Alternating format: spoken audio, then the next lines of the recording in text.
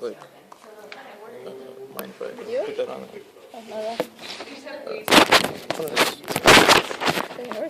Is that still going?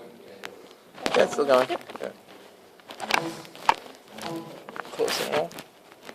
We kind of broke up into smaller groups. I just feel the need to talk because what's going on. We broke into kind of smaller groups within our larger toga group. And so we have people looking at armor, people looking at accessories, people looking at dyeing, pop culture. So you're going to get kind of a smattering of information on Roman clothing. A smorgasbord.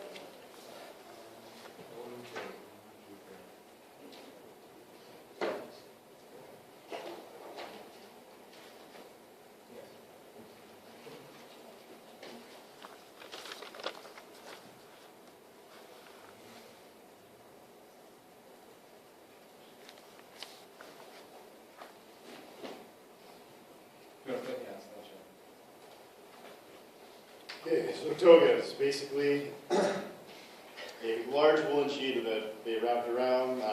Obviously, it was founded, like Romulus was said to have worn toga, so like it kind of been consistently seen through Roman history. So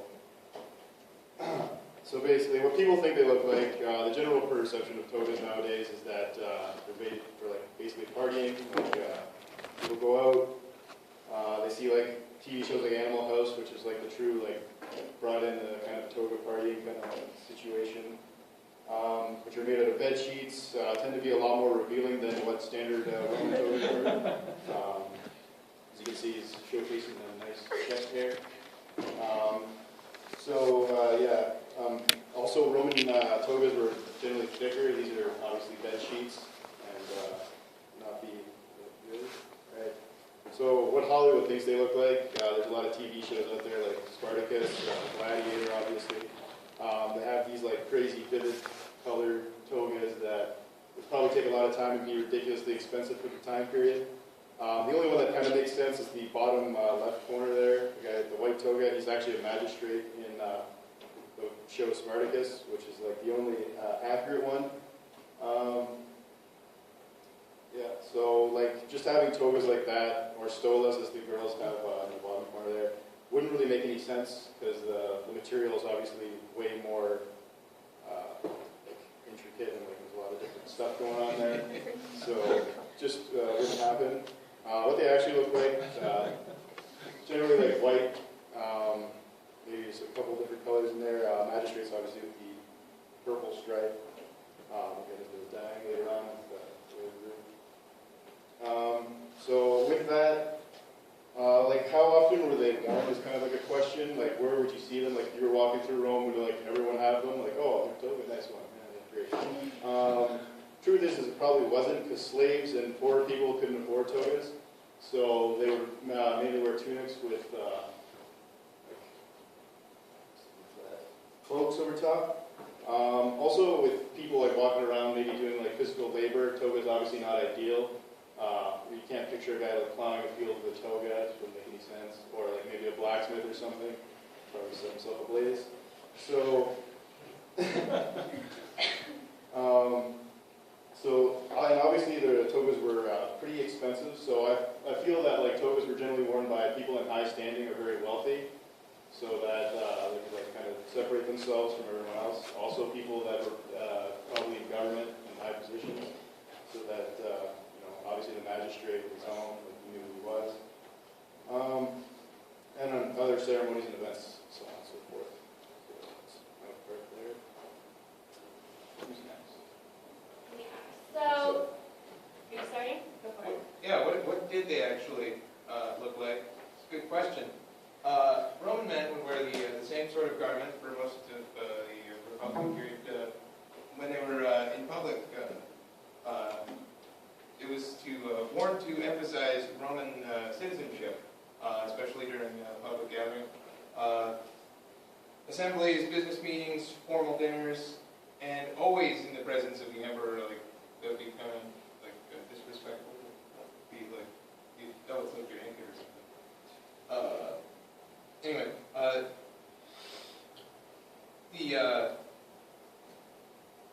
style of dress would consist of a tunic, breeches, so sort of like a t-shirt and shorts, and then like in the winter you wear like high socks that would be tucked shorts and your socks. So they didn't have like trousers or pantaloons. And the toga would be worn over top when appropriate. It's a heavy wool thing, so gets hot. Roman men used to joke about wanting to get out of Rome and out of their togas. Adult men would wear the toga virilis, which is an off-white color. It's made out of wool, sort of think of like sheep color. The toga praetexta, with a broad purple border, was worn by senators and young men of the senatorial class. The toga pola, the dark-colored toga, was worn during periods of mourning, and the toga candida, a whitened toga, washed with lye or with chalk to remove spots. It was worn by candidates for political office during their political as opposed to military campaigning. Speaking of military campaigns, the toga picta, dyed with purple and sometimes decorated with scenes of military exploits, was worn by a general during their triumphs, and these were handed down in important families, so you would say, you know, it's got all your family's stuff drawn on it. It's kind of cool. It became a sort of important tradition in military life.